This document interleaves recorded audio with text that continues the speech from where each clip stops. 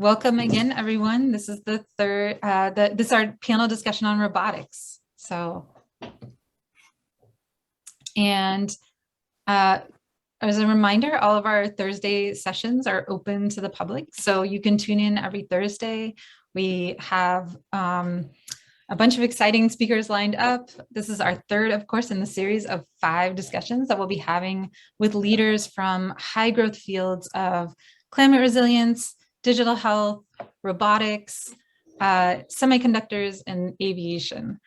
You can find all of our past panels on our YouTube channel, and we've covered topics in the past like designing communities, helping people and the planet, disaster and hazard management planning, green energy, and many more. So be sure to check those out as well.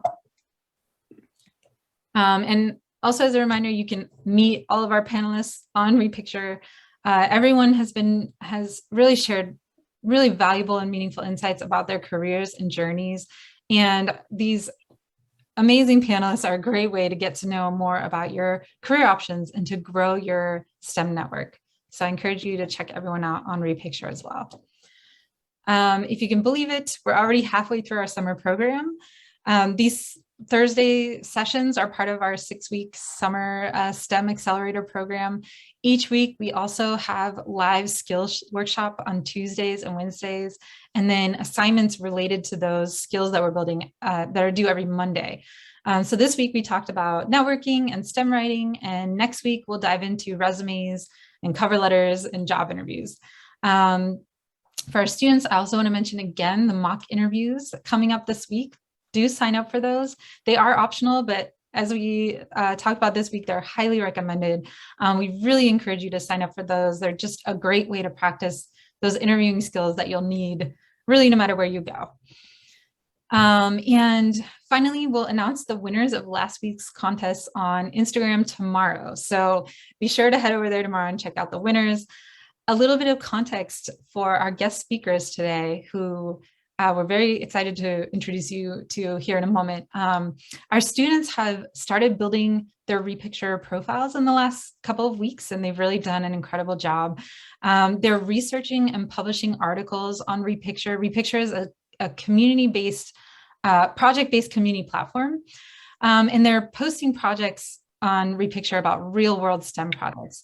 They're both finding projects out there in the world and interviewing professionals about the projects that they're working on.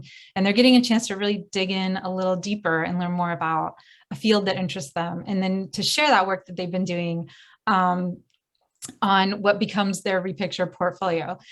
They can use this portfolio to basically help them land jobs and internships and showcase what their interests and passions are.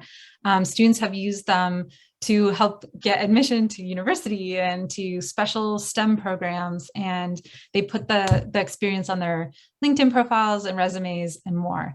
As many of our students can now attest, one of the hardest parts about building a portfolio of STEM projects and work on RePicture is finding a project that they want to research and publish.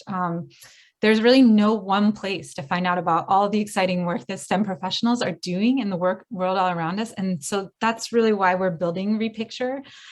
So for our panelists, if you have any ideas for projects our students could research and publish articles about on RePicture, do let us know. And finally, students, you all did an incredible job this week, same as last week. It's been really hard to choose winners, but we have been enjoying reading all of your stories and projects, and we'll announce those tomorrow.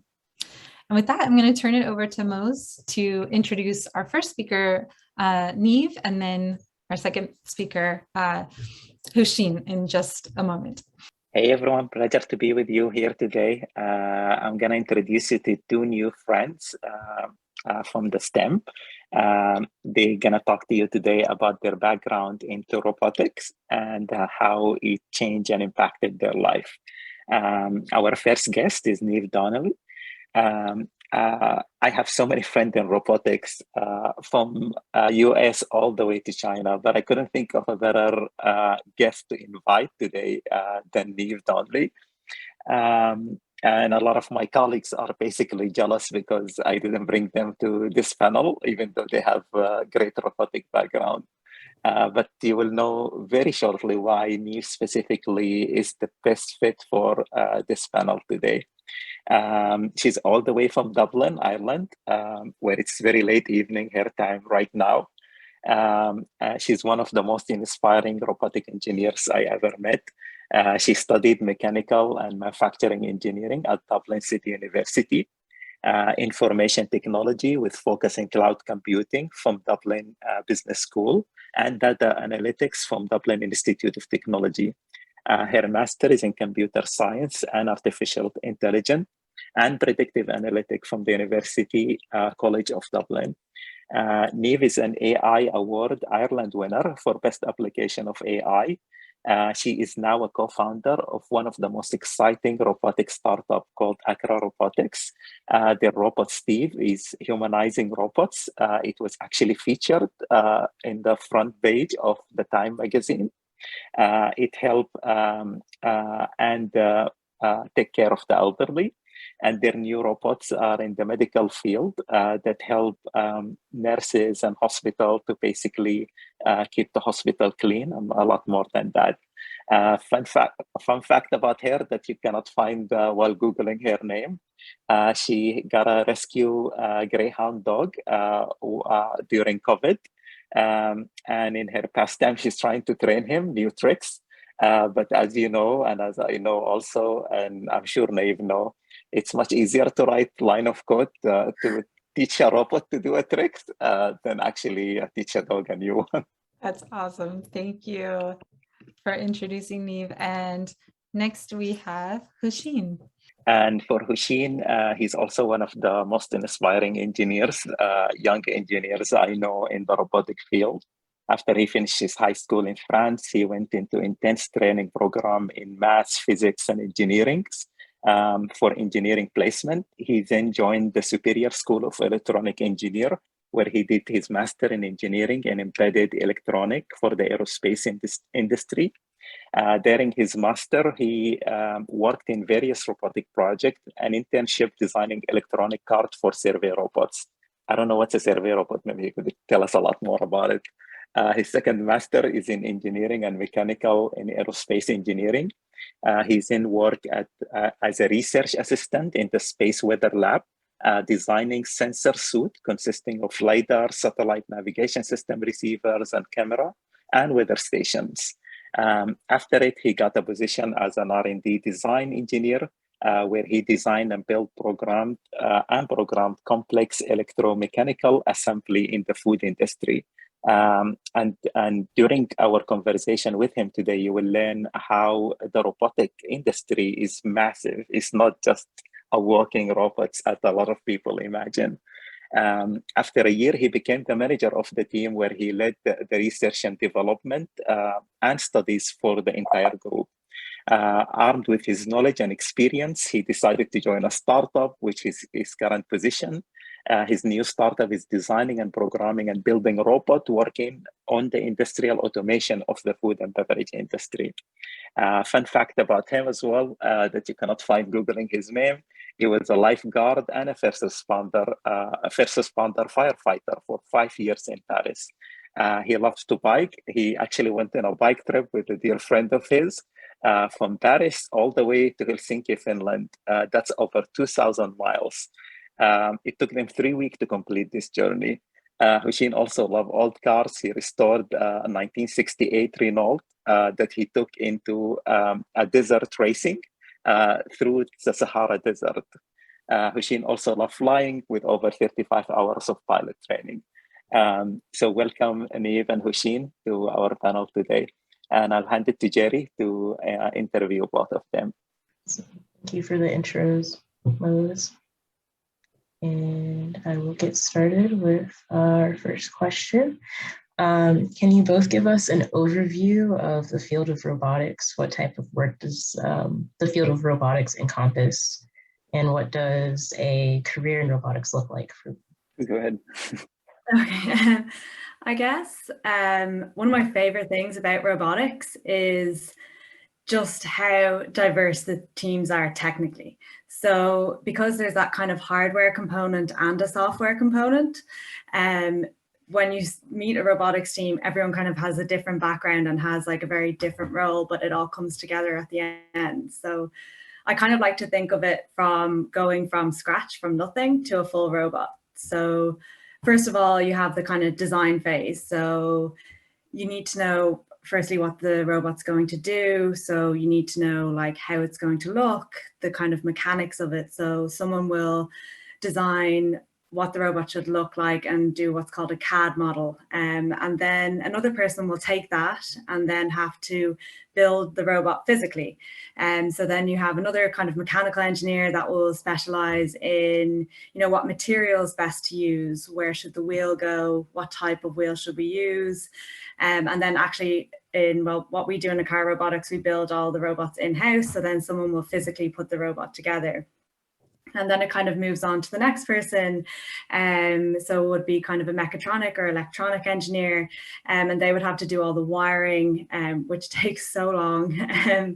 And, you know, they would also write kind of the low level code for the motor controllers and for the wheels to move, and kind of, they would have the wiring and also kind of the coding part of things. And then once you have power to the robot and the computers added in, then you kind of pass it over to the software developers, and they can kind of write, you know, low level code or code so that the robot can talk to people, so that the robot can use its cameras to be able to turn around and point to something. And so, yeah, I guess even then after that, there's a whole field in robotics called human robot interaction. So just a whole field on how people actually interact with robots. So how we once, when we were doing a pilot with a kind of social robot in a nursing home, we had two people that were, one a HRI expert and another was an anthropologist, just studying how, you know, people react to a robot talking to them.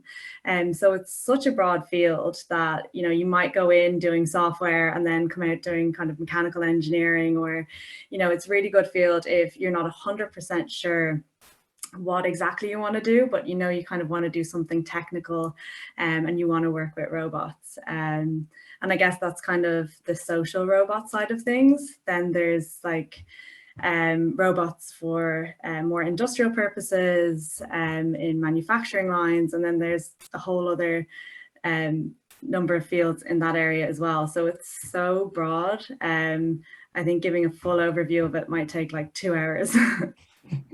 So, yeah, definitely it sounds like a very huge field, a lot of different things that you can do. And Houshine, did you have anything that you'd like to add?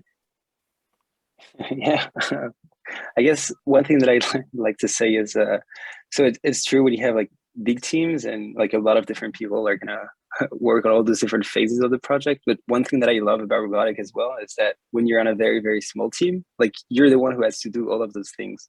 Like you're the one who will have to think about the idea, who's going to have to first do the drawings, then do the CAD, then do like all of the steps she described. And that is, I think, what I like the most is that you're never going to do the exact same thing like on a day-to-day basis. You're always going to have like something different. And throughout the entire year, or throughout the, I guess, the lifespan of your project, you're always going to work on a different aspect of the project and do things that are completely different. And so, yeah, that is what I think is most exciting about robotics.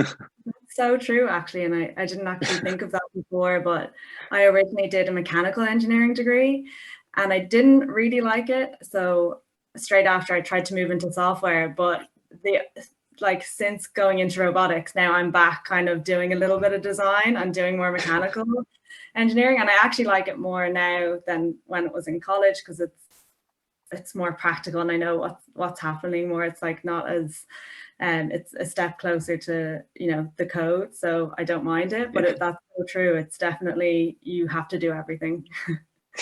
Yeah, and also if there's a problem, most of the time you're the one who's going to have to go in it and try to figure out what's going on and try to solve it yourself.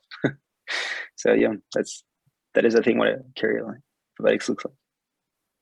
Awesome. And could you both tell us more about what you do at your respective companies? I know Mose gave us sort of an intro into that, but can we hear a bit more about that?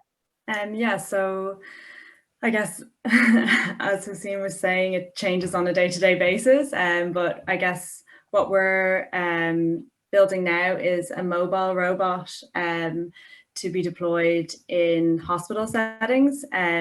So it uses UV light to shine on hospital beds and hospital equipment to clean it. And we kind of started building this at the beginning of COVID because cleaners were actually going into rooms that were dangerous and having to clean them and be around patients. So we kind of thought of the idea of a autonomous UV robot that could go in and clean instead of having a person for dangerous situations. And so UV light actually kills germs same way as wiping it down with disinfectant. And so my role starting out on that technically was to actually build the algorithms so that our robot knew exactly where in the room to go and be able to not bang into anything, which is very difficult. But so that would kind of involve writing code so that the robot was able to build a map of its environment. And then I would work with the disinfection teams and the clinical people in the hospital to try identify, okay, where in this room should the robot go to? And then once we had the areas it needed to travel to, I had to write code so that it would understand from what it was seeing in its cameras and its sensors of what areas not to go into and where to go. So that was kind of using what you've probably heard of AI and machine learning algorithms to be able to do that. So that's kind of my role technically. But a lot of what I actually do and what I love working about in a small robotic startup is I get to interact with people in the hospital. And, you know, we're still at kind of prototyping. Well, we have deployments, but we're still kind of building on that. So I actually get to get, you know, feedback from people using the technology. And that's not always great feedback, which isn't always nice to hear, but I actually get to interact with a person. They can tell me, you know, the robot's kind of, I don't like the way it turns this way, or I don't like how I have to interact with its user interface. I don't like this about it. And then I can go back and actually change that. So my favorite thing about my job is actually being so close to the product and the user that I can make changes and then go back to the user and, you know, see if they like it or not. Okay, that's really nice. And so I won't be able to describe in as much details what I do or what my company does because we're in stealth, and hopefully in a few months I'll be able to describe it a little bit more, I guess. But like basically what I do at this company is I receive a list of tasks, like a kind of a checklist of what the robots or the machine that I'm designing has to do and has to be able to do. And then I have to come up with a lot of different designs, a lot of different like ideas on how to solve those issues. Then I'm going to start drawing manually with a pencil on a paper to see what those machine would look like. And afterwards, I'm going to start doing some CAD models, 3D models. And then it's a prototype phase. So what I usually do is I go ahead and start building a lot of different prototypes to see which prototypes solve the issue the best. And if I found something that I like, then I go into a little bit more detailed CAD model. And afterwards, when the CAD model is done, then we can start ordering it. And after this, it's time for the electrical engineer and me to come out, let's say, and do an electrical architecture, start the program. And then when all the parts get here, it's exactly what Niamh was saying before. I have to do a lot of wiring, a lot of coding, and a lot of debugging, and sometimes a lot of rework. We have machine shops at our company, and so sometimes I take the parts that I ordered and bring them at the machine shop to modify them. And yeah, and that's basically what I do at my company, I guess. Awesome, that's great to hear. I wanted to also ask, based off of how long you both have been in the industry, how do you feel like the field of robotics helps people? I guess that was actually the reason that I got into robotics.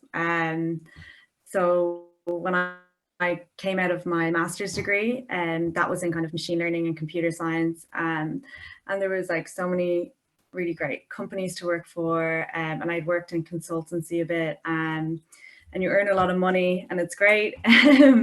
But I had kind of been hearing of that idea of like tech for good or AI for good. And so that idea that we can use AI and machine learning and technology to try help solve some of the world's climate change problems, social problems. And I was just so interested in doing something like that, where I felt like something I was doing could actually make a difference.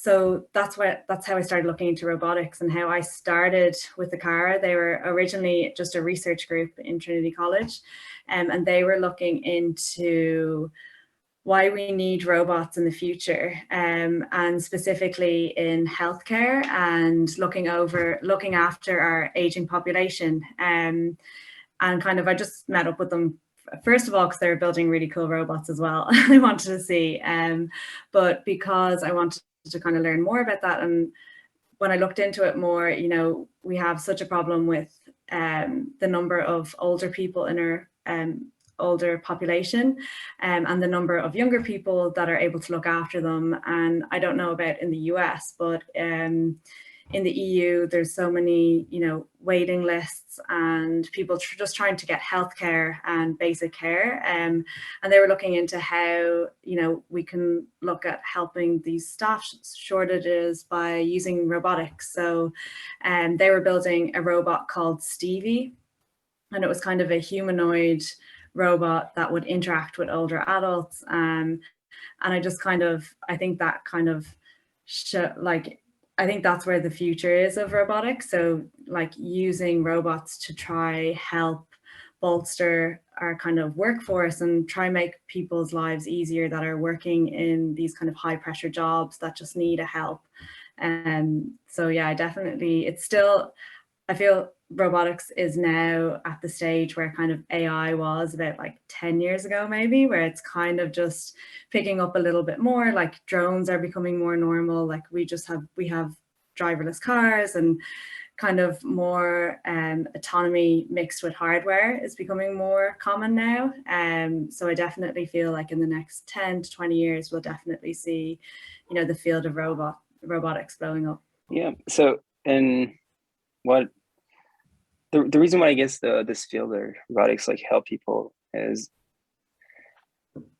so when I see robotics, I just, or when I hear robotics, I just think of an endless possibility of things to do with it, or things to solve. Like as any issue I think can be, or most of, maybe not most of, like a lot of issues I think can be solved like using robotics and using any electromechanical designs. And the reason why I think that robotics can help people is because as soon as you see like a lot of people like with are actually having like a lot of minimalistic jobs, you can probably find solutions to help them with their jobs, to ease their jobs. I guess one of the origin, or we can say, of robotics is in the machinery industry, in the automobile industry. Like a lot of people before, and I've had a chance to work on those like huge car assembly lines in India, for example.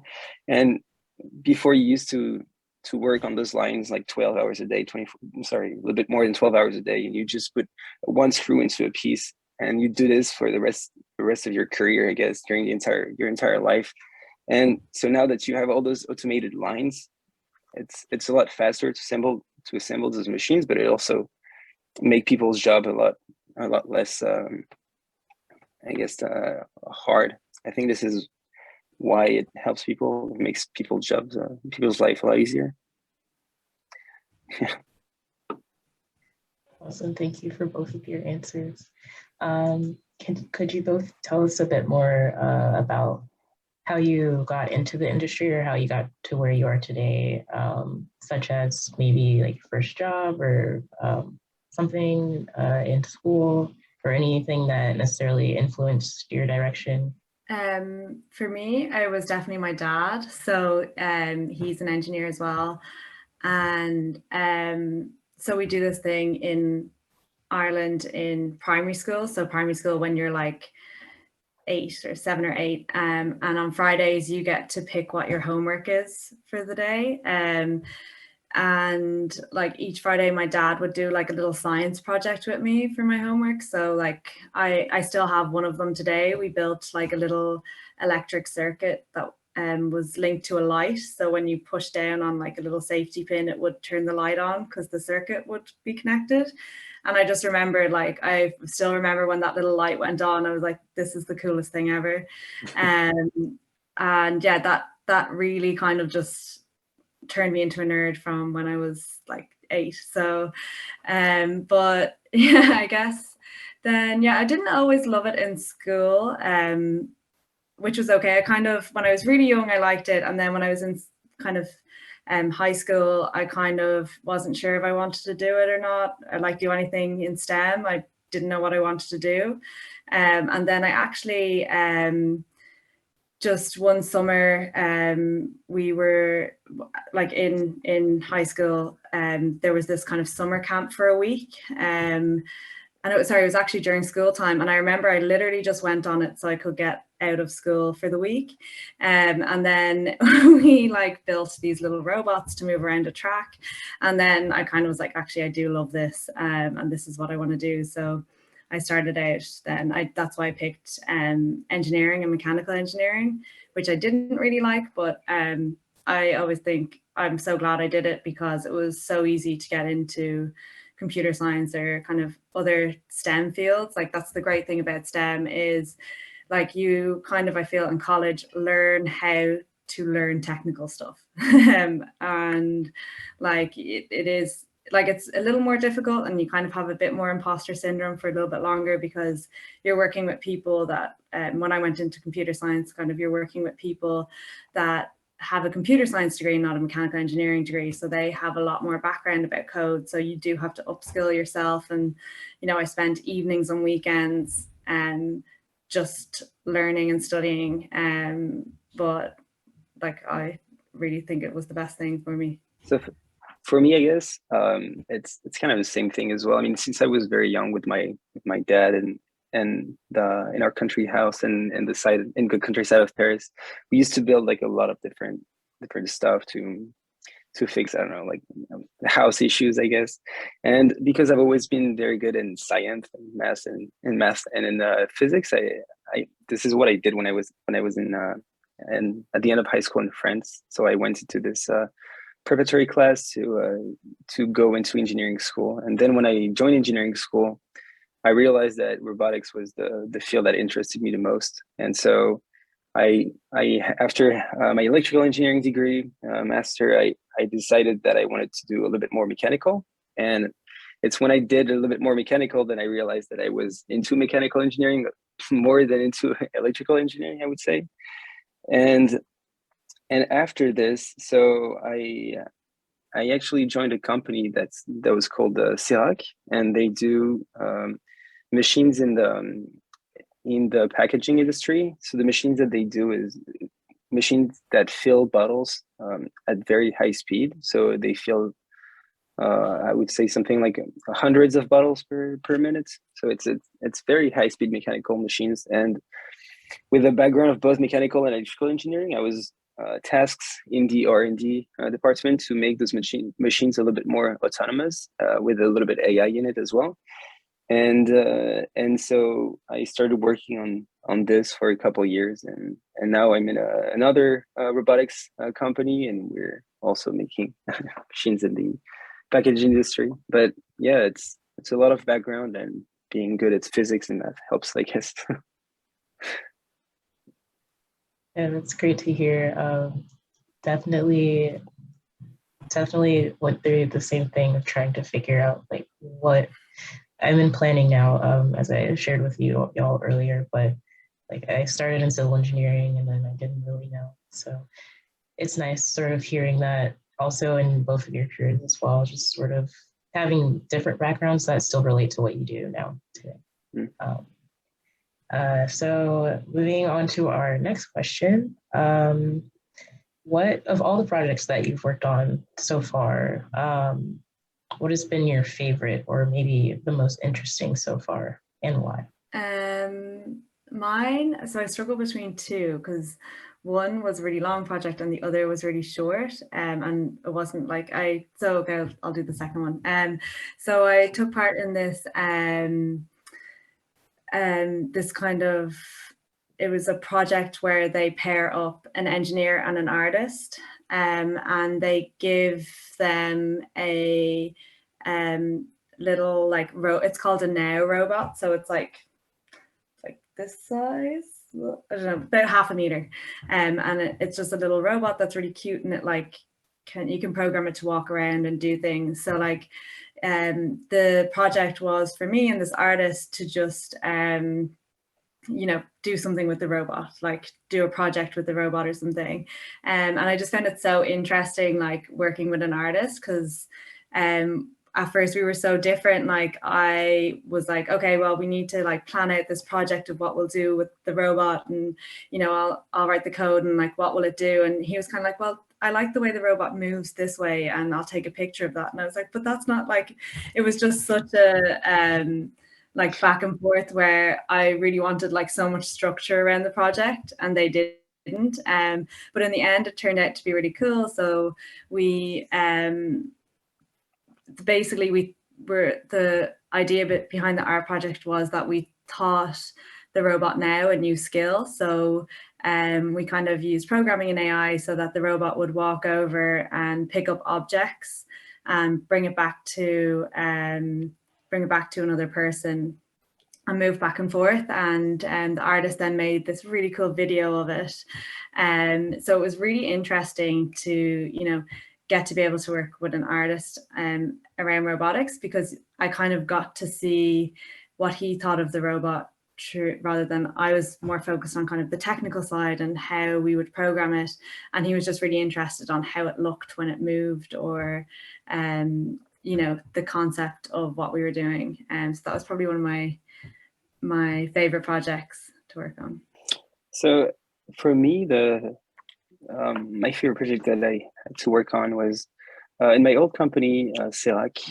So in the filling industry, when you're filling, I would say containers of containers or bottle of milk, for example, you always need to decontaminate the bottles. And currently in the industry, the way that it's being used, or the way that it's working, or the way you actually decontaminate bottles is you use hydrogen peroxide, and you spray it on the inside, on the outside of the bottles to decontaminate them. But it's a very costly and a very very complicated solution, chemical solution to use. And so our task was to find a way to actually use a physical solution, or a physical a technique to decontaminate bottles. And so what we actually started building or designing was a machine that used e-beams, so electron beams, to decontaminate those bottles.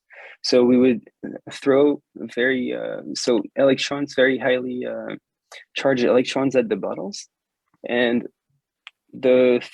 so when you charge very high electrons at those containers like this, so what you're creating is you're creating X-rays. And so the problem with X-rays is they're unhealthy, and so you needed to shield the entire machine with lead. So it was a very, very complex machine, and very interesting, because we had to learn a lot about X-rays, a lot about e-beams, and we had to make this entire machine that was entirely shielded, so we couldn't even see inside the machine when it was running.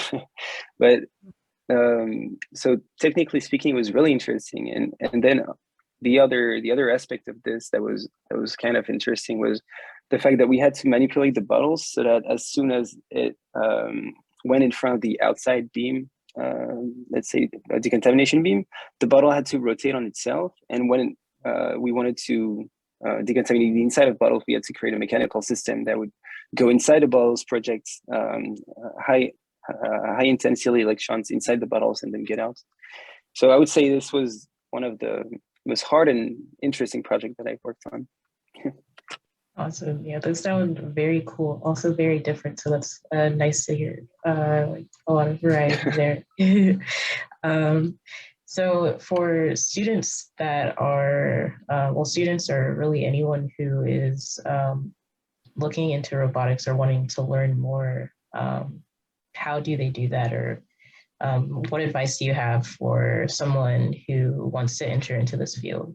I definitely think, so we have meetups in Ireland. I'm sure they're called the same thing there, which is where a group of people get together and they'll have presenters or people talking about a topic, and there's robotics ones.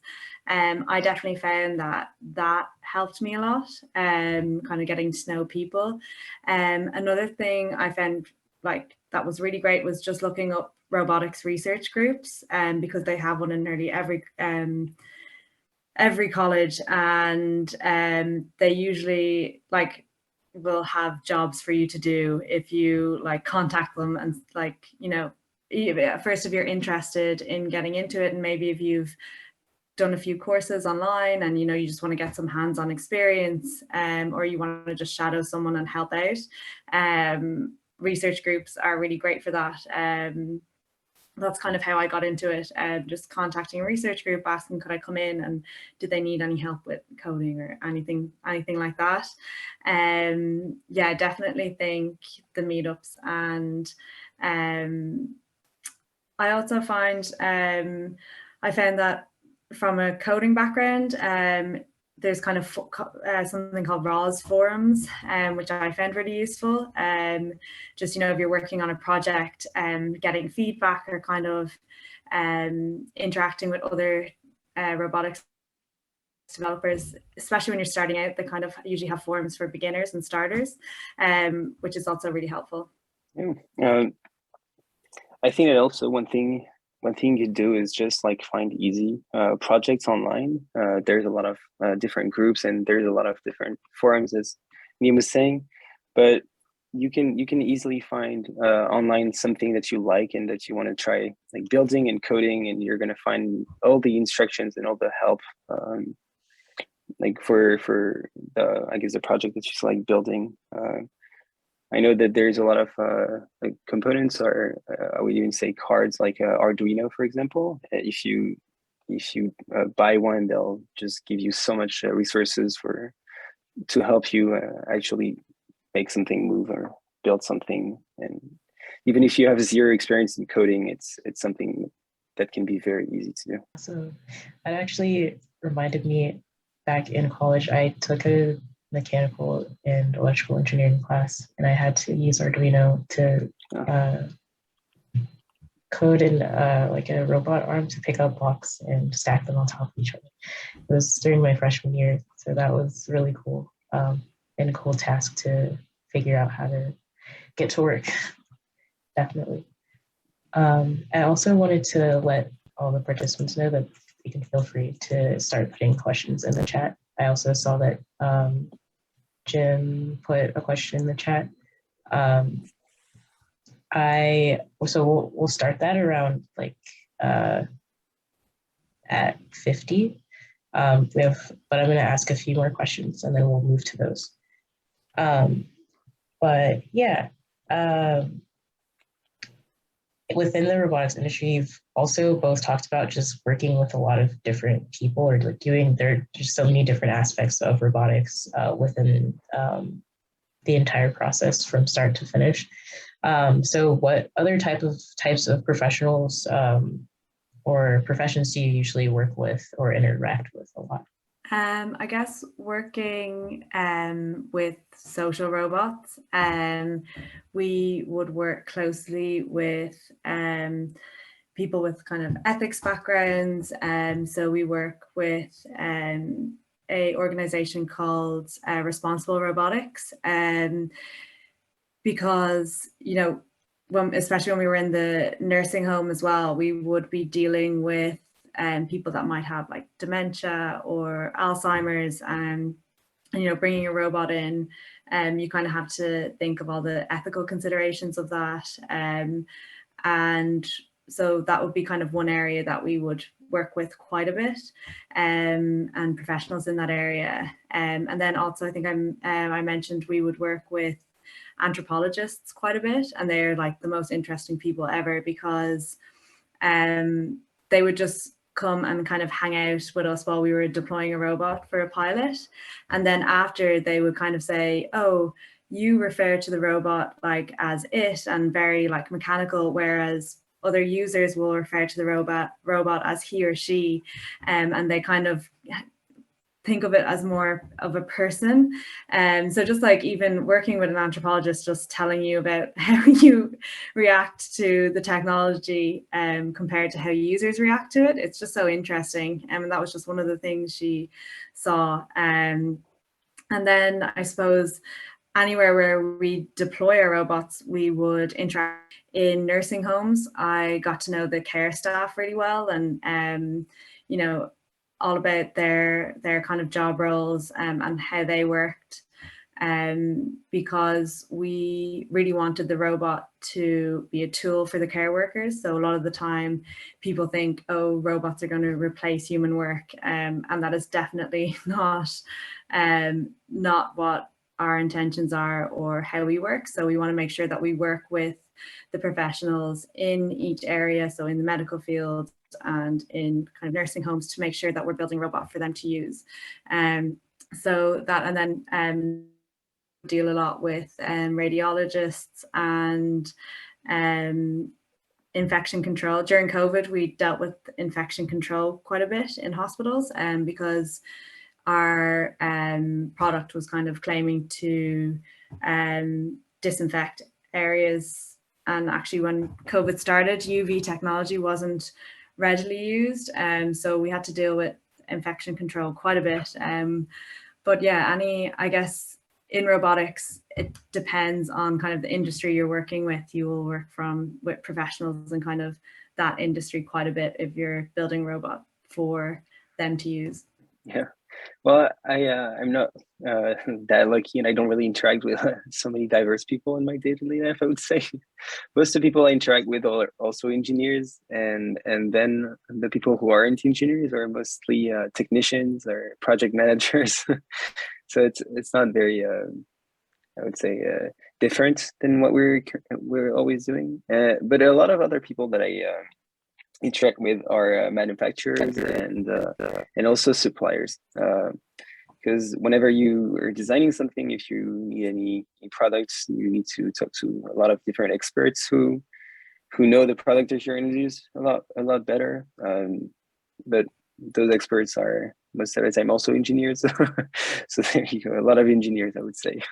Awesome, thank you all for sharing. I actually, since we have so many questions so far, like already, I'm just going to go ahead and go into student Q&A. You can start with Jim. I wasn't sure if you wanted to ask the question or if I can just read it, but I'll read it. So what are the overall thoughts on regulations in the robotics industry? And do you perceive it to be an obstacle or an advantage? I would definitely see it as an advantage. Overall, I've kind of found it difficult to find regulations about it, or like there's a lot for manufacturing robots or mobile robots, but even mobile robots, there isn't kind of that much regulation on it. Like specifically for the robot use case, it might just say a mobile, not vehicle, and there's another word, but there's not like a lot of regulation around robots, so it's kind of hard. They kind of try fit you into other mechanical devices. We're currently we're currently in the process of applying for CE marking. So it's like a European, or no, it's a worldwide kind of validation of your technology. Like, you know, any product you get is like the CE marking, and it's kind of hard to find, you know, the proper kind of regulations and instructions for a mobile robot. And we found that even harder when it was for a social robot. We didn't actually find much regulations, but I think it's a very good thing. I kind of feel strongly that AI, some machine learning applications and AI wasn't fully regulated before people kind of just started using it. So I would hate, you know, to make that mistake again with robotics. I think it's really important to kind of regulate before everything becomes the norm and before, you know, we give all that data away and things like that. So I definitely think it's a good thing, even if it can be an obstacle sometimes. Yeah. So I think in my experiences, the regulation, and that's what Niamh was saying as well, like comes after the robots have been built. Like first you're going to see autonomous cars, and then they're going to tell you, oh, wait a minute, you cannot just do like from autonomous cars like this in the street. You need to be able to do this and this and this. So I haven't really like found a lot of regulation into at least innovative robots, and I think that they come afterwards, and I think it's a good thing because it makes your impact, or it makes your the way you want to design, or the way you want to create your robot a lot more free. You have a lot more freedom in your design process, and you're a lot less constricted by a set of rules. So that's, I guess, why I think it's nice that there isn't that many regulations in robotics right now. Thank you. So for the next question from Melanie, what are your thoughts on nanotechnology and the future of it? By nanotechnology, you just mean, sorry, what is that? Melanie, if you have some clarifications, that would be great. And also if you, but yeah. Just to confirm. It's nanorobotics, just like we use in the medical field. Yeah, like the surgery robots. Absolutely. Yeah, I thought so. Then I just wasn't sure. I didn't want to go talking about surgery robots. I think they're so cool. I remember, I think it's a really famous video of like the surgery robot like stitching the skin of a grape together. And it's like amazing what they can do. And you know, I feel like doctors at the moment are so overworked that, you know, it scares me a little bit, like, you know, the idea of going into surgery and having someone that's, you know, been working for 12 hours without a break or a holiday, you know, having kind of the ability to be able to offload some of that and just have someone oversee the robot a little bit. But then again, I don't know how I'd feel about like a robot operating on me. So both things are a bit scary, but I think it's really amazing what they've done. Like the absolute preciseness that you would have to program it to be able to do a stitch is really quite amazing. And also, as you swallow it as a pill, a robot that take electrons out of your body. That's what his question is referring to as well. I don't think I trust what people would do rather than. And I'm not really familiar with nanotechnology as well, so I don't really have any thoughts of it yet, I guess. But I would say that if I could just ingest a robot and it, like, I don't know, cures any disease that I have, it's really ideal. So cool.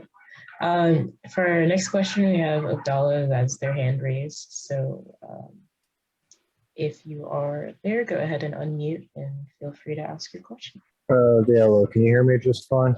Am I audible? Yep, you sound good. Okay. The question I had, first off, thank you for taking your time to come and present your advice to us. Regarding AI, what are your thoughts, or what's the philosophy for you two personally, as well as the industry in general, on expanding AI usage with factors to take in like resource logistics? As we've seen, we've had semiconductor shortages in the US as well as around the globe when it comes to more, as we continue to roboticize things like cars, which at least on an industrial and commercial scale can be argued is not really a necessary improvement. How do we work on to what we could versus what we should? And how do you guys view that? If that adds up, basically resource regulation, and as well as also how do we balance between relying on robots versus having our own skills to come in an emergency situation, especially with things like the aerospace industry. If your airplane's not working right, the pilot needs to be skilled enough to use it. So as opposed to frame it in a better way, how do we regulate reliance on robotics as well as overusage and the resources to make them? And are there any recycling ways we could reuse older technology as opposed to just scrapping it? Yeah, so we have suffered a lot from the shortages because we build our robots in-house and trying to order anything, there's like 12-week wait times for a 3D camera or, so it is you do rely on technology. I feel that robotics should be an aid to humans.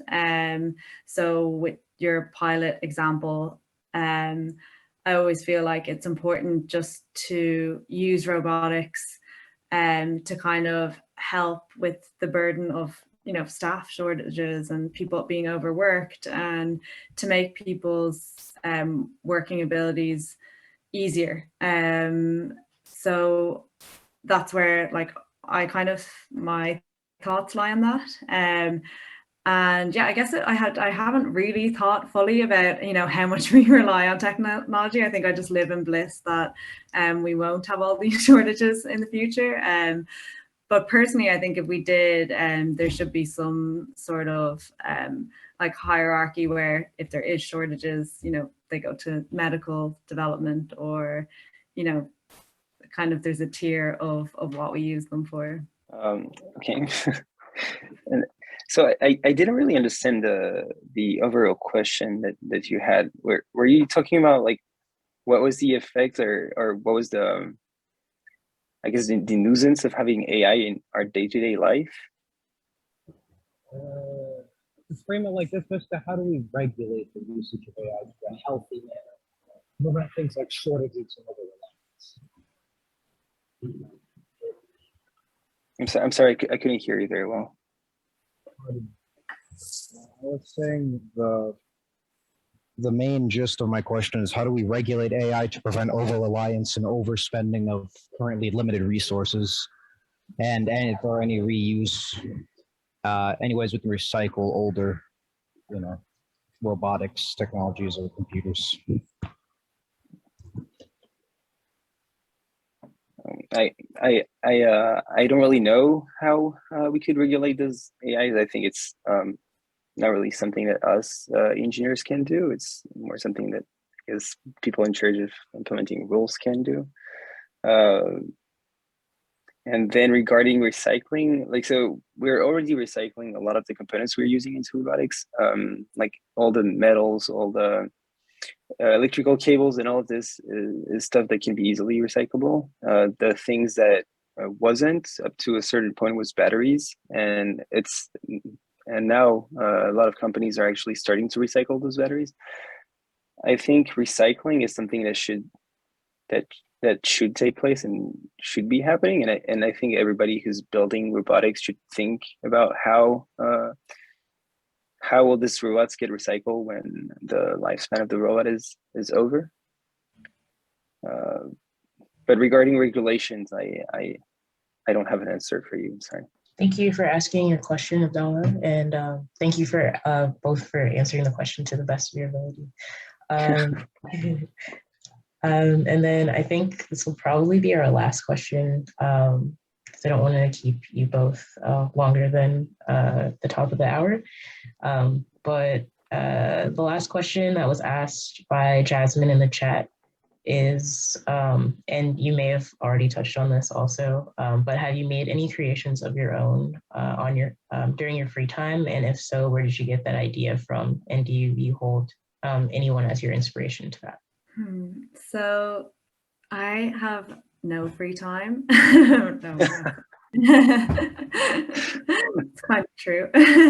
But yeah, I haven't done any kind of technical work. I just feel like I'm in front of a computer so much during the day that in my free time I don't do that as much. But I recently just before COVID got an apartment, and that was a complete mess. So I've been doing DIY on that for the past 2 years, like just building cabinets and kind of just repairing it. It's like a old Georgian apartment, so there's a lot of work to be done on restoring it. So that's kind of been, I suppose, my creations over the past year, to kind of get away from the computer a bit. And for me, I haven't been able to I guess build anything on my own for a long time as well. It's more something that I was doing when I was in high school or in preparatory classes as well. And I guess that the thing that I've created in the past was it was a planner that would self-direct itself into like hot streams to get altitudes again. But it's a project that I worked on. It didn't work very well. I worked on it when I was in the end of high school and beginning of preparatory classes as well. And I guess the inspiration came from the fact that I really like flying. I'm a student pilot, and I was a student pilot back then as well. And I was always like curious to see to what extent we could have plane that can fly themselves. And I was wondering if we could do the same thing with planners as well. I feel like your list of hobbies was so impressive. I was like, I train my dog. I fly. Well, thank you. That's so cool. Yeah, well, it is 5 Eastern time. So I don't want to keep you all later than what we've asked, but I wanted to thank you both, Niamh and Houshine, for spending time with us today and sharing a bit about what you worked on and your journey. And I hope everyone else also learned a lot, because I definitely did. So yes, thank you so much. No, thank you so much. Thank you. Thank you for having us. Thank you so much for coming. And yeah, we had so many more questions to ask that we didn't get to, but maybe there could be a part 2 next year. Thank you so much for coming. And yeah, good night, Niamh. Darker. Thanks so much, guys. Yeah, Bye. be in touch. Okay, thanks. Bye. Thank you. Bye.